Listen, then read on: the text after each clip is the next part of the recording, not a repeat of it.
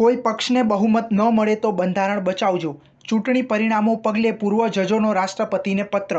હાઈકોર્ટના 7 પૂર્વ જજોએ રાષ્ટ્રપતિ દ્રૌપદી મુર્મુને સોમવારે એક પત્ર લખી તેમને સ્થાપિત લોકતંત્રની પરંપરાનું પાલન કરવા અને 2024ની લોકસભાની ચૂંટણીમાં ખંડિત જનાદેશ થવાની સ્થિતિમાં નેતાઓનું ખરીદ વેચાણ અટકાવવાના ભાગરૂપે ચૂંટણી પૂર્વે ગઠબંધનની સરકાર બનાવવા માટે આમંત્રિત કરવાનો આગ્રહ કર્યો છે. રિટાયર્ડ જજોએ ભારતના ચીફ જસ્ટિસ ડી.વાય. ચંદ્રચૂડ અને ઇલેક્શન કમિશનરને આગ્રહ કર્યો છે કે જો વર્તમાન શાસક સરકાર તેનો આદેશ ગુમાવે તો સત્તાનું સરળ ટ્રાન્સફર સુનિશ્ચિત કરતા બંધારણને જાળવે.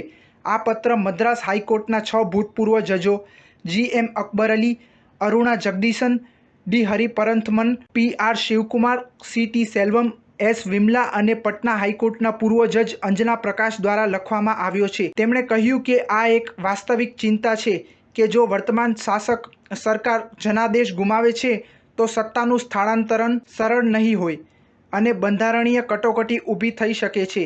ભૂતપૂર્વ જાહેર સેવકોના કોન્સ્ટિટ્યુશનલ કન્ડક્ટ ગ્રુપના 25 મેના ખુલ્લા પત્ર સાથે સંમત થયા. ભૂતપૂર્વ જજોએ કહ્યું કે અમે ઉપરોક્ત નિવેદનો સ્વીકાર કરતા તેના પરિકલ્પિત દૃશ્યો સાથે સંમત થવાની ફરજ પડી છે.